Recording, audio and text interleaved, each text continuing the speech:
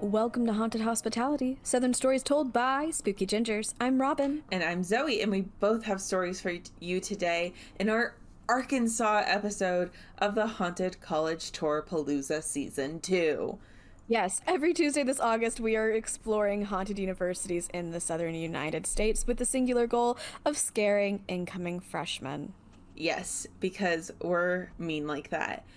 But first, Robin, how's life? It's good. I finally watched Umbrella Academy. Oh, wow. I've only seen the first season. Oh, really? You stopped after that? So I watched the first season. I watched the first season when it came out, and then I didn't hear when the second season came out. And then I know the third recently came out, and I was just like, but watching TV is so much effort. It's literally the least effort you could do. I don't know. I just don't like watching TV these days. I instead will scroll mindlessly on TikTok for hours. So I'm not trying to be like one of those people who goes, I don't watch TV. Like, no, I just don't have the attention span for it. Oh, wow. We, as a society, are really collapsing because of TikTok. Yes. But how'd you like it? Oh, it's so good. Okay. It's so good. It's so good. I have a lot of feelings. Hopefully they get renewed for season 4. Yeah. They left me on a limb, guys. Oh, was it a cliffhanger? Hanger? This show kind of always ends on cliffhangers. It doesn't. There's no wrapping it up. I can't imagine this story wrapped up. Not everybody is gonna be okay. Yeah. That's just my opinion. How are you? I don't know. How's your life? I'm good. I have 2 things that I need to update people on, both spooky. The first one is the Ouija board that I first mentioned like 4 episodes ago now. Oh, yeah. So I did the Ouija board. I do have a video of it, but I'm probably not going to like put it out anywhere because first of all, you're not really supposed to do a Ouija board by yourself. The spooky reason is because the ghost can overcome you. The reality reason is because the psychology doesn't work the same. And so like the whole point of a Ouija board is that you're supposed to like kind of twitch your hands, and you don't realize that you're twitching your hands, and then your friend is twitching their hands, and you end up spelling something out. But what ended up happening is like I would ask the spirit to spell something out, and then like I would get too involved in my brain, and then it would just be random letters. It was garbly-gook. But so wait, there was actually movement. Yes. But I didn't trust myself that movement wasn't my movement. Okay. Because like I was doing my best to not move it, but when it comes to doing a Ouija board, like you're gonna move it because you can't ever hold your hand perfectly still. You make movements no matter what, and it's just when you're doing the Ouija board, when you're in that like headspace, you are moving the planchette. But if you believe what I found, supposedly the ghost that haunts my apartment that I have thought was a man in the past is a man with the initials of RC. He is 27 years old or 275. Maybe it's 27.5. I don't know, but it went 27 and then 5. So, and he was not killed. His family doesn't live here, but instead he is buried in the cemetery that is right next door to my apartments. Okay, you told me nothing happened. I don't know. You texted me. Nothing happened. Because I couldn't tell if it was like my own. Because I would do like, how did you die? And it would go to W, F, H. You know, like working from home. I worked from home too much. And then I would ask again. It would be D, Q, L, like Dairy Queen Life. Blue. Oh, okay. But yeah, so that was the Ouija board update. The other thing, so very briefly in the last episode, I did tell you that I got locked in the back rooms while I was in Savannah. Yeah. So I kind of forgot about it until you mentioned it, or mentioned being locked into service room. So, okay, let me set the scene for you. It's Monday, so it was the day we were leaving. It was very, very hot outside. I was constantly fanning myself because I was sweating. So you're moving out? We were leaving. Well, we had already packed our cars. We had already checked out. And we were getting breakfast. So you were moving out of your dorm? No, Savannah. This trip that I just went on. Oh, I thought you were telling... Because I thought you had said you got locked in your suite bathroom when you were in a dorm. I thought that's what you meant. No, I said I got locked in the back rooms. Oh, I was like, how did you remember it was a Monday when you moved out of your dorm? I remember nothing. Okay. So the back rooms are like an alternate reality that people can get locked into, and I am jokingly calling it the back rooms, but what really happened is I got locked in a hallway. But anyway, so let me set it was this past... Sorry. No, you're good. It was this past Monday. We had loaded up our cars. We were going to breakfast. We were walking downtown Savannah. It was hot outside. I was sweating. We waited in this line forever, and I finally got my food, and I was balancing my waffle and my coffee and my utensils and my open container of syrup, and I had to make my way upstairs to the seating area. And there are 3 gray doors that are all identical along this wall, and people are saying that the stairs up to the eating area are past these doors. And I get my food, I get my utensils, and I see one of those gray doors. I open the gray door and I walk out, and I'm in a hallway. And on this hallway, it's a long hallway. There's that gray door I just came in that shut behind me. There's another gray door on the same wall. There's a like built-in shelf that has a single photo and a doily and a candle that I can only really describe as an altar. And then there's an elevator. So I pushed the button for the elevator, thinking it was to go to the second floor to sit and eat. And I pushed it, and I don't really hear any movement. And I push it again, the light goes out, I push it again. And I'm like, okay, I thought down this hallway the stairs would be like around a corner. So I go down this long hallway, and keep in mind, it's very hot in here. It's not air conditioned. And also, I have a medical condition that causes me to faint. So I go down this hallway, and there's no stairwell. So I go to the second gray door, and it's locked. And I'm like, oh, well, let me go through the door that I just came in. And the elevator had arrived. I'm like, oh, I don't care at this point. I'm just going to take the door. And this whole time, I'm balancing my food, drink, whatever. And I go to open the door that I went into the hallway, and it is locked. It locked behind me. And so the elevator door closes. I press the elevator door. It opens. I get in the elevator. I hit the floor 2 button. It doesn't move. The light turns off. I hit the door 2 button. It doesn't move. I hit the door open button. There's a delay, but it opens. And I'm like jiggling the lock. Can't get it open. So I go to the altar, and I put my food in the altar. And at this point, I'm panicking. I'm hot. And I feel like I'm about to pass out. Like, my head's whooshing, like, my tunnel vision is starting, like, I'm about to pass out. Luckily, my brother is with me. Like, he's in the group. So I called my brother, and he's like, why are you calling me? I'm like, I locked myself in the back rooms. And he's like, what? And so I explain what happened, and my brother's like, I hear him telling somebody in person, so he locked herself in a room. And so like he comes down the stairs because he was already upstairs. They had no idea where I had went because I was the first one who left. So he comes back downstairs, and I hear him go, excuse me, as he like goes through the crowd, and he opens the door, and there I'm standing. I'm pale as mess, and I'm just holding my food like, thank you. And we like go upstairs to sit down, and I'm like shaking. I feel like I'm about to puke. Like, it was intense. They really need a sign that says, do not enter, this door locks. Zoe, that sounds like quite the ordeal. I'm very sorry. It's okay. I can't believe you went through all that with an open container of syrup. Yeah, it was like one of those dipping sauces, and it was sideways because the plate wasn't big enough. Oh. Yeah, it was intense. I'm glad you made it out, because I don't know, it sounds very like, imagine I don't, yeah. Like, imagine if I had passed out back there before I was able to call my brother. Like, they'd be like, where the heck did she go? Yeah, they probably wouldn't think the back rooms. You know. But anyway. I hope that you would be found eventually, but I really hope so. But anyway, I have a something for you. Yeah, that sounds great. So, Robin, it was this month, a year ago, that I introduced the Creature Corner. So Really? I couldn't let a haunted college Palooza tour go without doing another creature corner. Robin, have you heard of melon heads? No. Okay. No, I haven't. So, melon heads are short humanoid creatures with large, deformed heads. Think Gollum, but even a bigger head.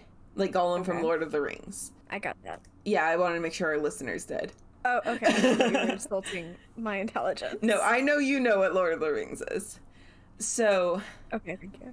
the tale of melon heads started in the 1970s in Holland, Michigan, and supposedly the story goes is that there was an insane asylum that burned down due to one of the patients committing arson, and some of the patients escaped before the police and fire department arrived, and they found a cave somewhere in the woods relatively nearby, and they just set up camp there and decided to live there. But that was in the 19s, or like I think a little bit before the 1970s.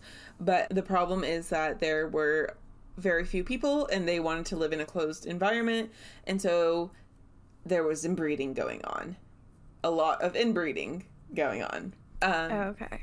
So the idea is that melon heads are said to be the descendants of those escaped patients, and they are deformed by inbreeding.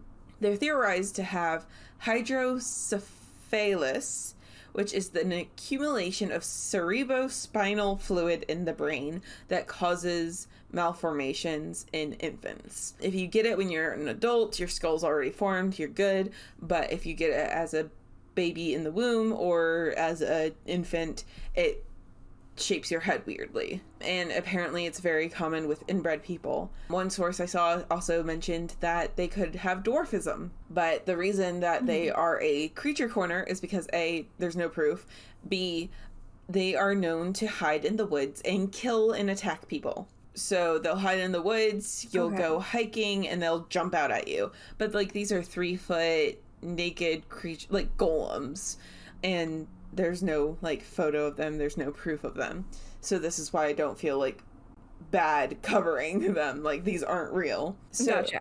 There are other backstories depending on where you're from. In Ohio, people believe that there was a man named Dr. Crow, and he performed experiments on children and they became deformed, and that's where melon heads come from. In Connecticut, the story is similar to the first Michigan story that I covered, but in this one, they are deformed due to cannibalism as well as inbreeding, and they will prey upon humans who wander into their territory and eat them. How can you be deformed because of cannibalism? Or do we not want to get into that? I didn't look into it. I know that like you can get sick if you eat a human brain, but I don't know. Like, yeah. Maybe nutrients. Okay. I don't know. Interesting. So how far does this spread? So like how many places is this? It was Ohio, Michigan, and Connecticut. Those were the 3 big states that covered it. Okay. Yeah. And like again, this is relatively new because it started in the 1970s. So I would call it a more modern folklore kind of thing. Mm-hmm. But there is a movie from 2011 that is called The Melon Heads, one word, and it's based on the Michigan legend. The main character, named Brian Clark, is a researcher, and he's trying to determine if they do exist. And he teams up with a local, and they hunt them down and probably get hunted in return. I didn't watch it. And then there is a 2000. I like how it sounds like you're giving your synopsis of it, and you're like, nah.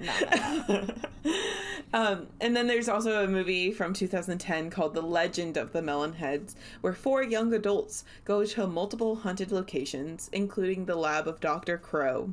Ah, Dr. Crow. Okay. Yes. But yeah, that's the melon head. Well, Zoe, thank you for sharing about this relatively new folklore creature. You're welcome. Do you have a story for us today? Yes, I do.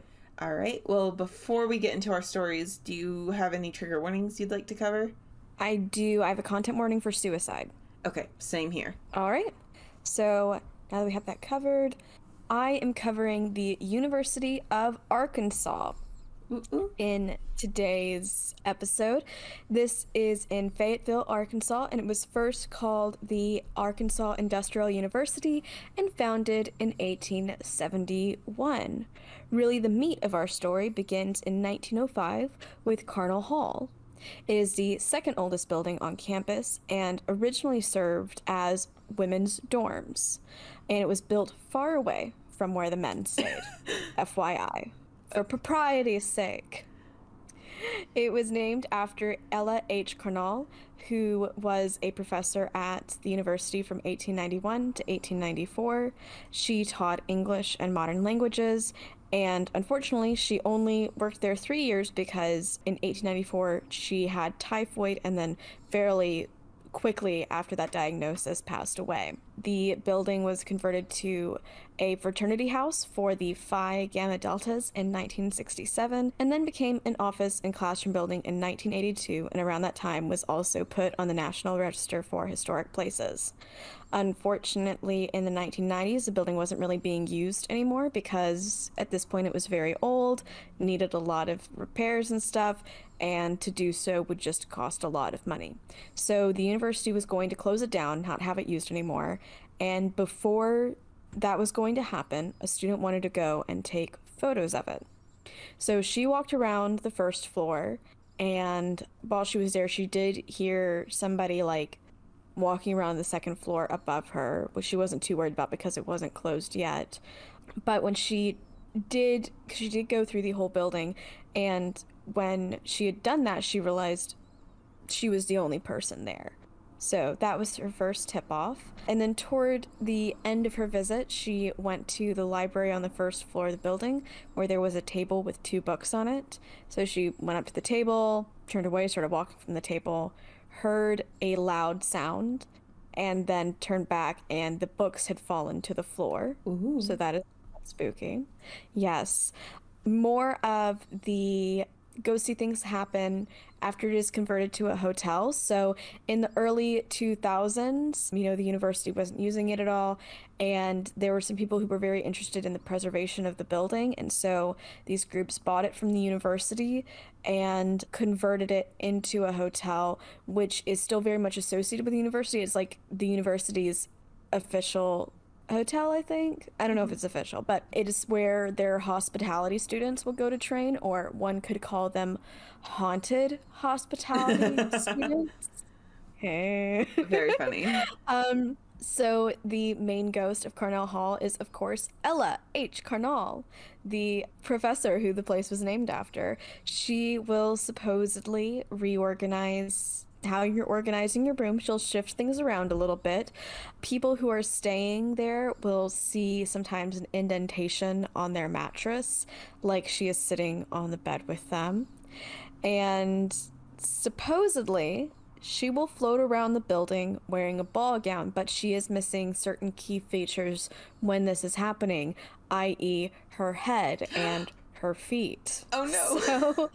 So I have a story of 2 engineers who were working in the basement on something, and they came up after that, and they were in this hallway, and this floating gown, again, missing the head, missing the feet, comes floating out of this one wall, crosses the hall, and floats into the next wall and disappears there. And it didn't seem to register them, though these guys did register it, which I would too. Yeah. I would clock that, I like to think. The cool thing about this is that she seems like a very nice ghost, and people get a lot of good vibes from her. 2 more things that happen there. Apparently, lights will turn on without anyone turning them on, so, typical ghosty stuff. And apparently, there are ghostly photographs that seem to depict spirits sitting in the furniture. I was not able to find any of these photos. I did find a photo from when that original girl was walking around the building, but the photo that was supposed to have something spooky in it, clearly it was supposed to depict a apparition staring out the window, but to be honest with you, I just thought it was a abstract piece of art that was like weirdly placed to be outwardly viewing. And I'm not saying that like that's what it was, but I'm just saying like I didn't send it to you because I was looking at it and be like, I wouldn't think ghost. And also I think I saw a cat in it. Oh. Which maybe that was the thing moving on the second floor. Sorry, I'm just like debunking the story as I tell it. But that is, I would say, probably their most well-known haunting, though I do not think it is their most haunted spot. So I'm going to do a brief interlude for a campus superstition. This is called the 1900 block. The University of Arkansas has this thing that is called the senior walk, and it's actually very cool because every single graduating class gets every single student's name from that year onto this walkway that's like I think at least 5 miles long by this point. So like your name, every graduating person's name has been like carved into the cement at this place, which I think is super cool. The only thing is, if you're a freshman, do not set foot on the 1900 block, because legend has it that if you do that, you will not graduate from the University of Arkansas. You so better avoid that. Why? Because according to legend, the class of 1900 all died while going on a senior trip together. According to legend, not a soul comes back. However, this is patently false. They're fine. Or they're not fine anymore, but they were fine. They did survive. It's fine. Really, probably the real origin behind the superstition before the story grew is that there was a crack that started to form in the 1900 block. And so the story just went on from there. That's like a very big exaggeration from a crack in the block to they all died. Well, it's like, well, okay, don't step on a crack. You'll break your mother's back, okay? Clearly. So already don't step on it. And then it's like, well, why is it this one block? Maybe it's that all of them died on this trip, but they would have to be graduating or about to graduate to put all their names in. Okay, so it was their senior trip. Okay, and then you start telling it like, rather than maybe this happened, you say, this did happen. And then all of a sudden, it's gospel. I would love to be a fly on the wall, seeing how rumors spin. Mm-hmm. You know? Like, not about people. Right. About ghosts. Don't tell me anything bad about people. So another building, and I believe this is the oldest building on campus. It sounds like it is. It's called Old Main. Okay. Which sounds like a main building that's old. There's quite a number of things that happen in here. I only found one article about it, though. It makes me want to be sad. But supposedly people will go into the building and some of them will feel like they are being choked. Though, of course, you don't see the hands that are choking you. All you know is, well, you're having a hard time breathing there. There is a sound of a baby crying, and apparently, and this may be my favorite bit, there's a really weird bathroom where really weird things happen, and people tend not to go to that bathroom. And I didn't see any other description about what goes down in that bathroom, but now I'm very, very curious. A baby crying at a university makes me think that may be demonic because demons tend to mimic children and infants. And like, why would a baby be at a university? Yeah, I mean, like, there's reasons, but it's not like it's an orphanage, you know? Yeah, it's not a common thing. So that makes me think demonic, especially with the choking thing. That didn't even occur to me. You're welcome. Oh, man. Thank you. Okay. So there were a group of students who were taking a seminar on, I don't know if the seminar was on ghost hunting or if it was on ghosts or if it was on the occult or if it was on spirit. I don't know. They were just taking a seminar, and then as part of that seminar, they went to Old Maid during the nighttime, and they were led by a group called the TSS Paranormal Investigators, and this was in 2019. And what they experienced was like, okay, so some would feel like it turned suddenly cold in there, and then someone would ask the ghost to go away, and then the cold would go away. Like, they wouldn't be cold anymore. Okay. Which seems nice Uh-huh. and not demonic. Right. However, the next thing is that students asked, like, the spirit for a sign that you're here, and in the silence, they heard the cracking of knuckles. Okay. And between the choking, whatever is there just sounds very aggressive to me. Yeah. Maybe there's multiple things, but one of them feels like it's aggressive, like physical, which it's not good for me. It's not good for me. I have two more for you. So we have, this is more like, I don't know if it's a coincidence because I'm reading these stories and I'm assuming that these two are just kind of your legends that typically spring up rather than rooted in realness. But two sororities seem to have very similar stories about them. So it's Alpha Delta Pi and Zeta Tau Alpha, and both of them have a house. Do you know what a house mother is? I'm guessing somebody who like takes care of them, cooks the food, cleans the common areas. Yeah. So both of them have stories of a house mother who had a daughter at the university. One of them had a daughter who was caught with a boy. Oh. And after that, like, I guess it was the shame of that according to the story, the mother killed herself. Oh. And yeah. And then the other sorority, and I'm sorry, I can't really remember which one was which, but the other sorority had the house mother kill herself because her daughter chose to pledge to a different a different sorority at the university. So I just wanted to tell you, like, it seems like those were they're so similar that I feel like those stories probably originated together, and then one or the other of the sororities somehow adopted it. Right. And then it changed. Again, fly on the wall for how rumors happen. But in the Zeta Tau Alpha house, I didn't hear about how the Alpha Delta Pies are haunted, but at the Zeta Tau Alpha house, the house mother ghost will apparently put students' shoes in the shower, which doesn't seem productive or very house mothery to me. That sounds like hazing that they are blaming on a ghost to me. It's also like, I mean, it's probably the healthiest form of hazing, but it's also one of the things that's less of hazing and more of, why'd you do that? I guess I'm fine with it, but why'd you do that? Like, I guess my shoes are wet now. Like, I'm not even annoyed. Yeah. It didn't even say, like, the shower was on. They're just in the shower. Weird. I know, which makes me think, like, that's honestly, I think, probably the part of the story that has the most truth to it, of, like, for whatever reason, people were seeing shoes in the shower, and they were like, okay, we gotta fit this in somewhere. That's funny. Now I'm going to tell you my favorite story of the University of Arkansas that I was able to come across. So it is at Hill Hall, which is a building no longer standing, yet it does seem that the ghost lingers because of how the story ends. So it was, I think maybe no, not the second one.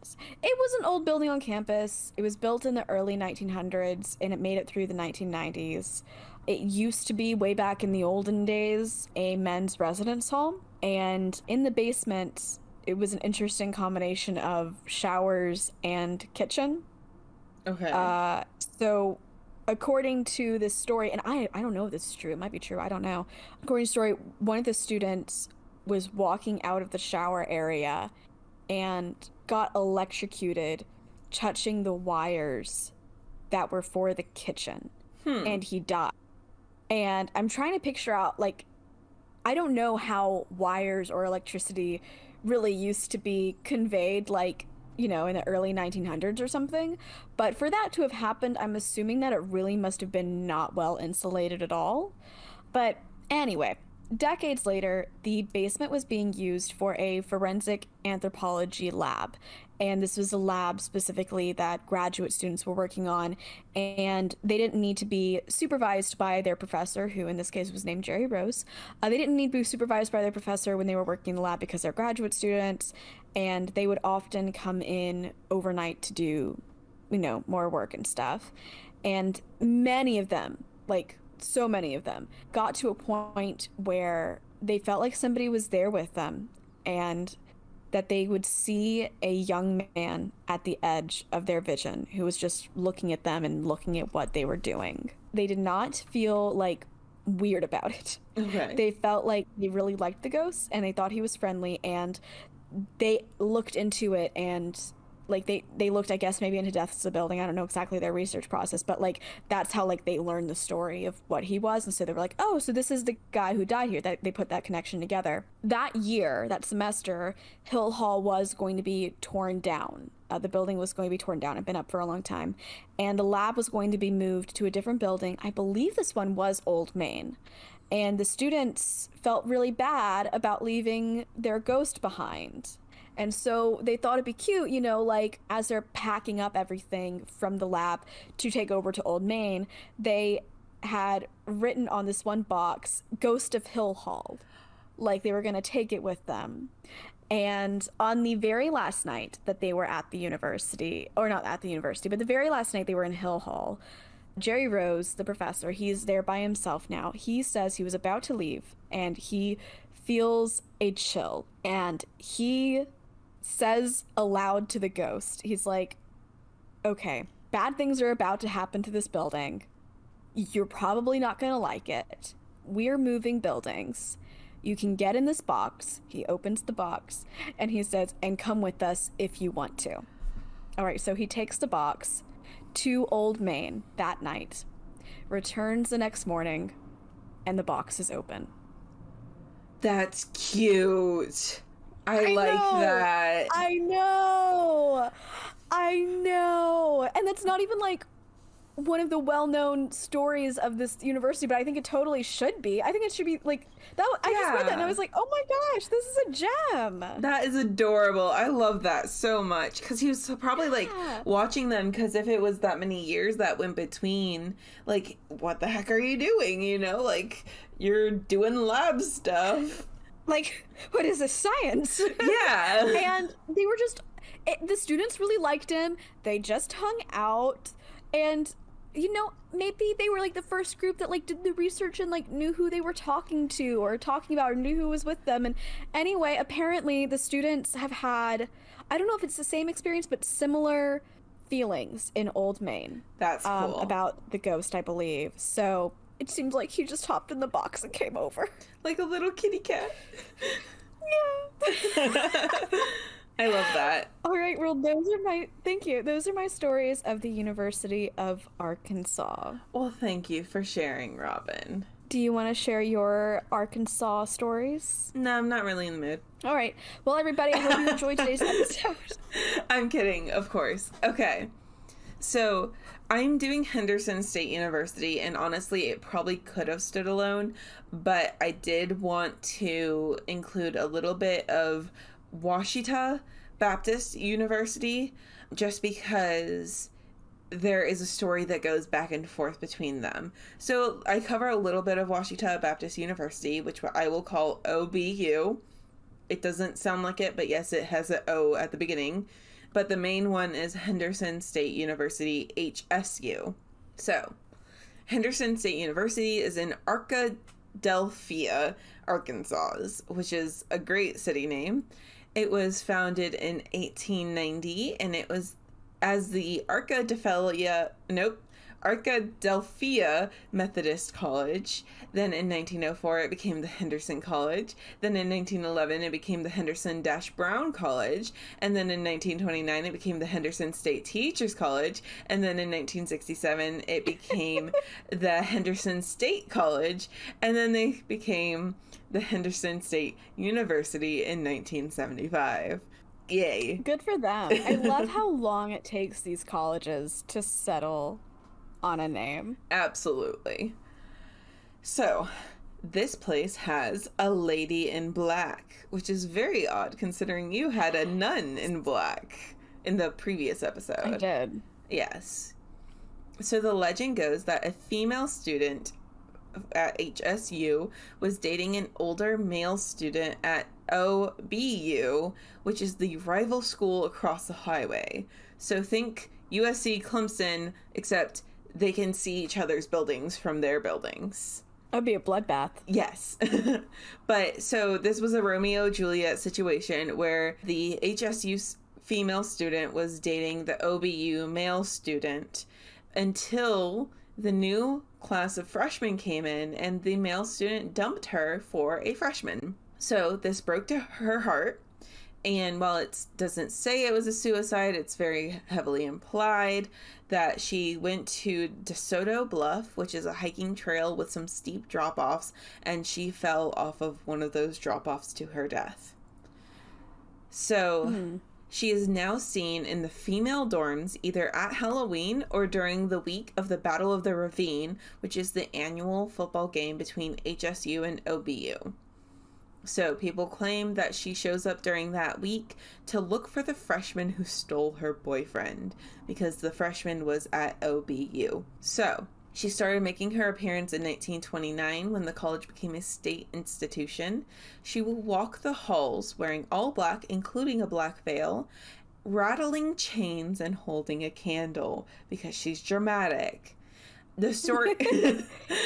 So students who hear her or see her will run...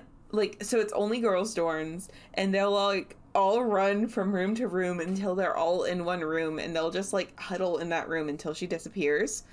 In the Womack Hall, which used to be a dorm but no longer is, she is seen frequently chasing freshmen through the halls, literally, Scooby Doo-style. Literally? Okay. Yeah, she's literally seen chasing freshmen through the halls, which makes me kind of think that they hire an actress. Okay. Yeah, I would do that.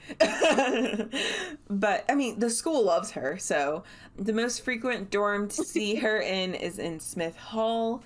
It has been a woman-only dorm since the 1970s, and it has the most stories in it, but unfortunately they are all pretty much the same of, it was the football week, and I saw her, and I screamed and hid in my room until she disappeared. I like that people...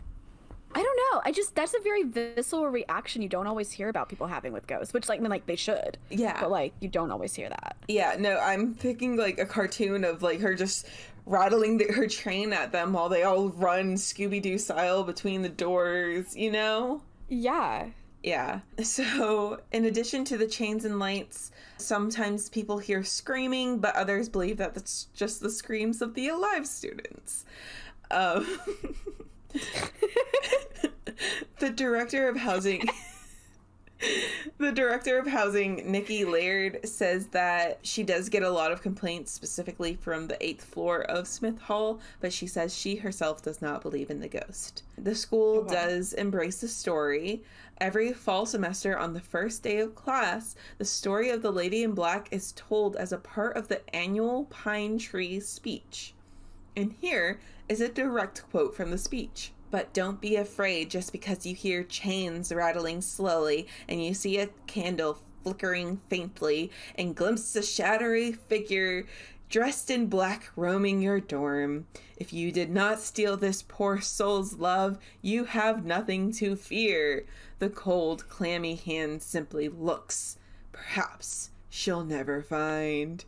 What is going on in this university? You remember when we had that, first night at USC, or whatever it was called? Yeah, I think it was called First Night. Imagine we go to first night, and instead of showing parkour and ultimate frisbee and cheerleaders, they talked about ghosts. I would have liked that so much more. Absolutely. So much more. I did not need, a 5,000 person pep rally. Yeah, no, that was unnecessary. But, so there is a non-ghostly potential source behind the Lady in Black. In 1910s, there was a student named Nell Page who started her own little mini tradition. On the night HSU and OBU would have a football match, but before it started, she would walk the halls wearing either a white dress or a black dress. If she wore a white dress, she thought HSU would lose. If she wore a black dress, she thought that they would win. So it was she was predicting. It was she became the gopher, or what is it called? Groundhog. Groundhog. Yeah. So this led students to start looking for her on game nights, and they would all be like, "Ooh, is she wearing a black dress? Is she wearing a black dress?" Because she tended to be correct.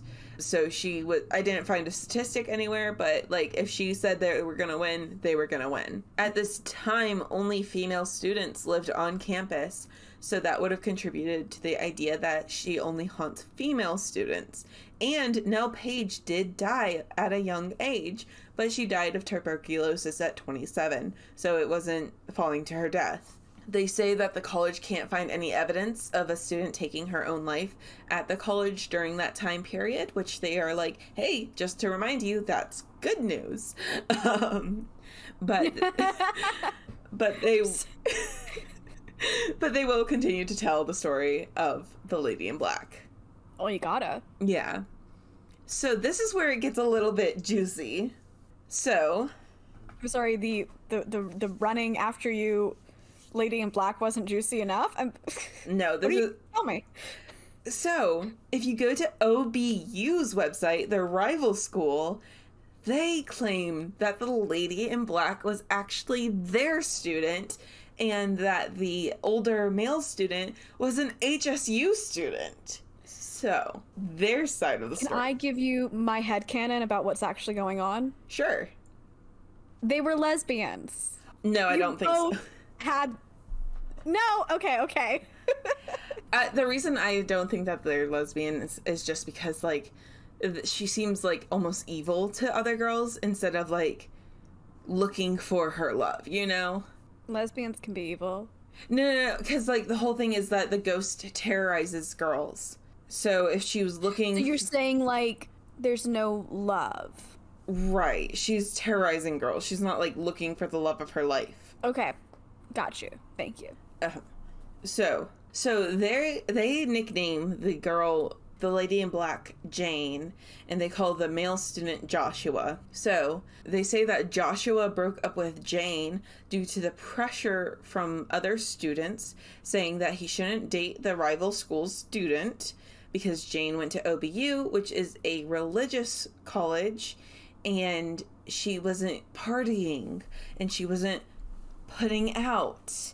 She was being a good little student, and they were like, you don't want to date that boring person, dump her and date somebody from here instead.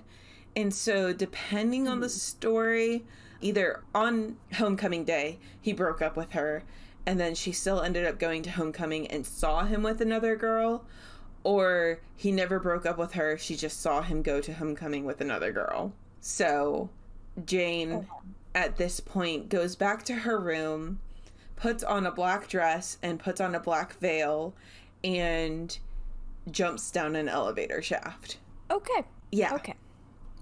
So they claim that she roams the halls moaning and sobbing, warning students not to date an HSU boy.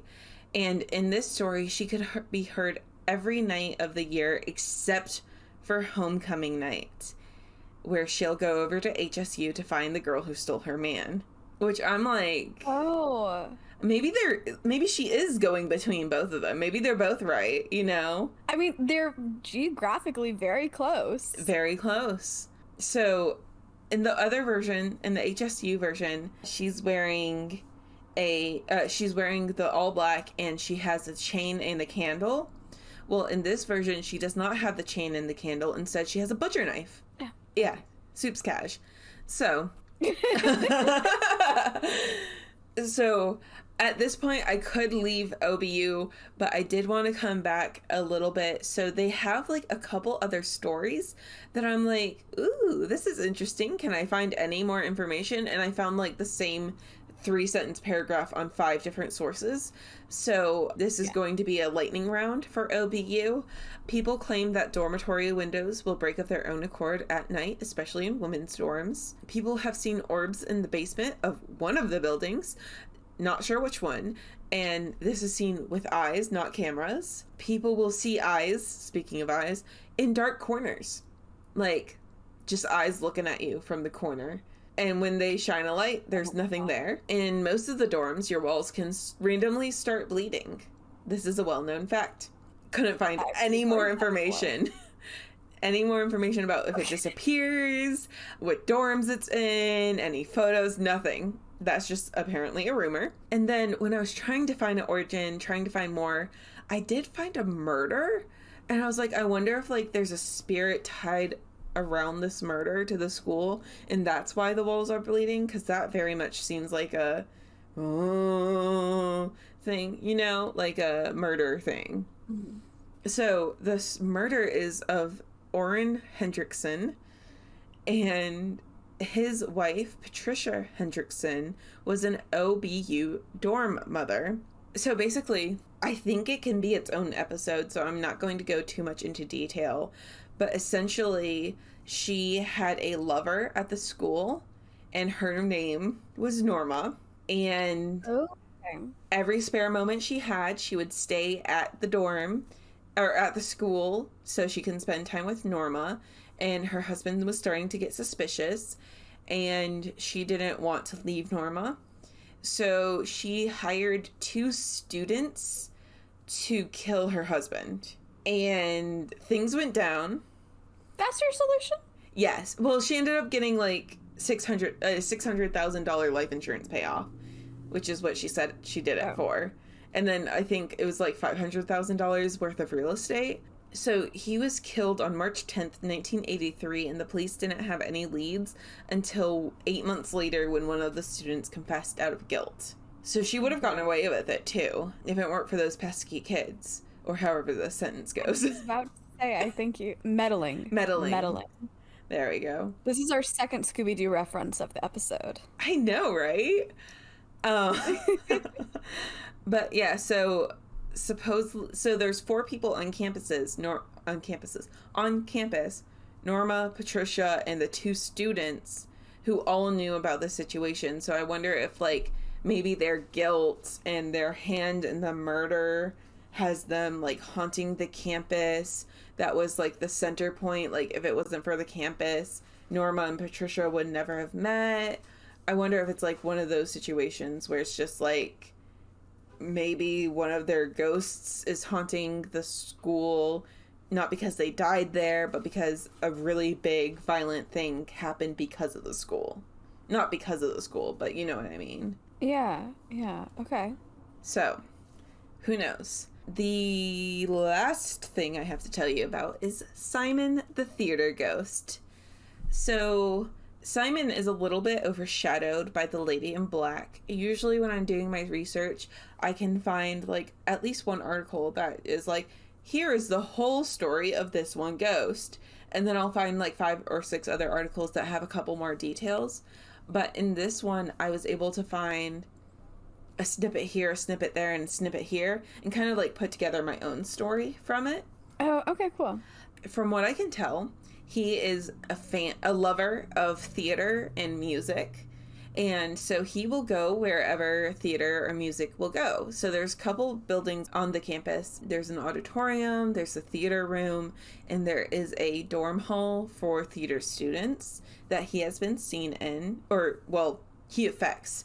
I think he might be a poltergeist because nobody ever sees him, and he is mischievous. Ah. Yep. Wait, a theater-specific poltergeist? Yes. Nice.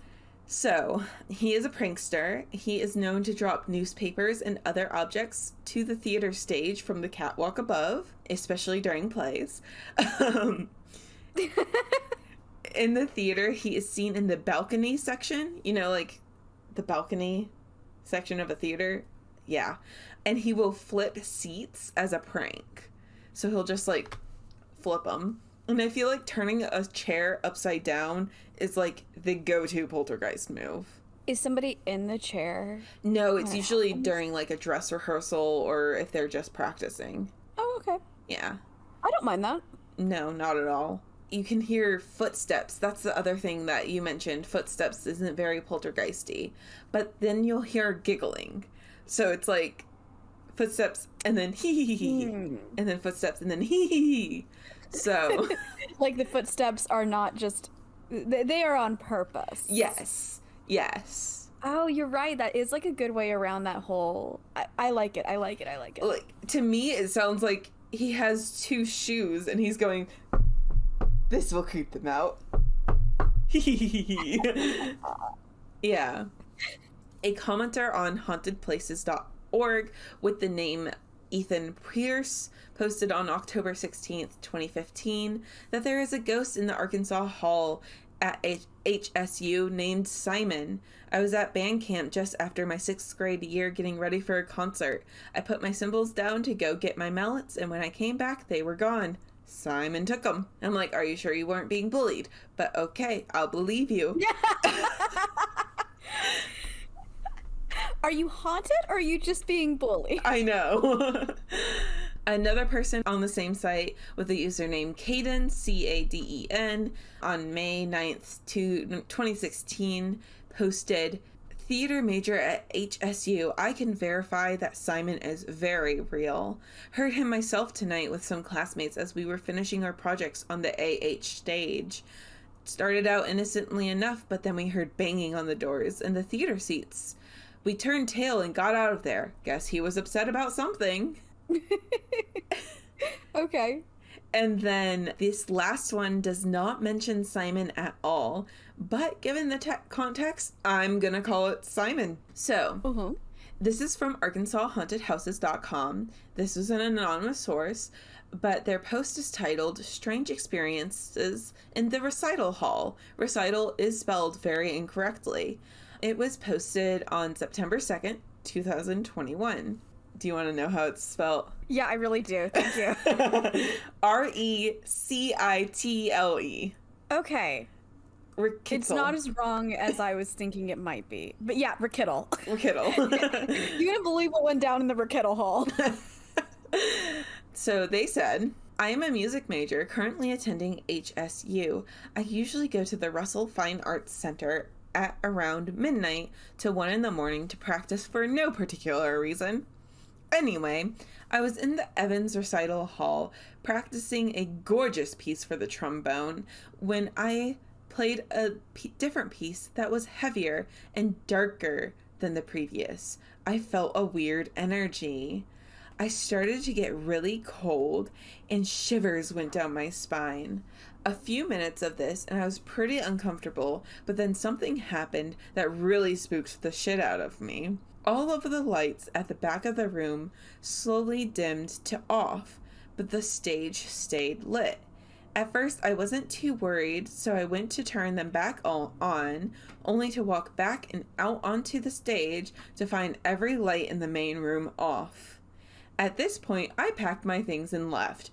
I'm not the one to typically believe in paranormal activity, but that night kind of threw me for a loop. There are plenty of explanations for the lights, but what I can't get over is the feeling I had when I had switched pieces. I felt like there was something there watching me, listening to me. I just felt awkward being there. I didn't belong. I don't know what this might mean, but definitely scared the shit out of me. That's so interesting because the effect of it seems to be much more personal than the effects were previously with this poltergeistic figure. Right. Yeah. But it's still about music, so I'm like, is that still Simon? Maybe Simon... It's still about music. Maybe Simon didn't like that he was practicing in the middle of the night. And didn't they say that it was like a dark kind of piece? I'm assuming a minor key.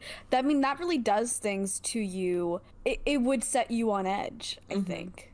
Yeah. It would set me on edge to play a minor key at 1 a.m. in an empty theater. Why are there I feel like there's always a story of somebody playing an instrument in the music hall at night. Like, are these doors not locked? I feel like if we tried to go anywhere in the middle of the night at USC, the doors were locked.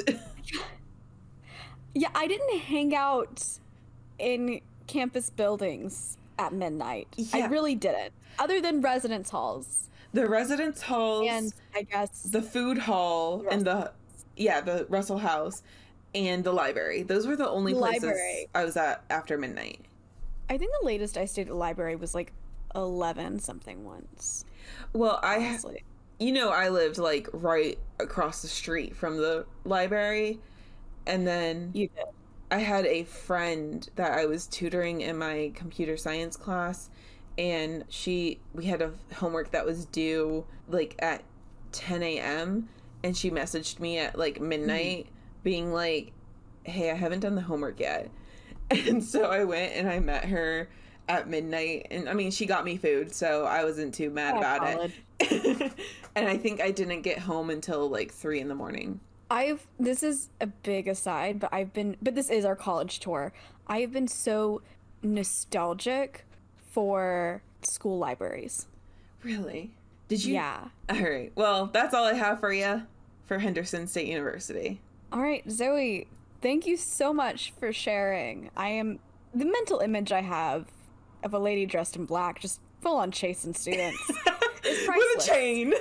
Thank you. You're welcome. Everyone, if you enjoyed today's episode, please rate, subscribe, review, tell a friendo, subscribe to our Patreon at patreon.com/hauntedhospitality. For just $3 a month, you get another episode with us. Yes, and it comes out on the 13th because we're spooky. If you want to see our sources for today's episode, you can head over to hauntedhospitality.wordpress.com. Or if you have your own spooky story, whether that be true crime or paranatural, supernatural, whatever you want to call it, or maybe you went to one of these schools, you can write to us at hauntedhospitalitypodcast@gmail.com or slide into our DMs. Yes, we are on Twitter at Haunted Host. We are also on Facebook, Instagram, and TikTok at Haunted Hospitality. We hope to see you there. Stay spooky.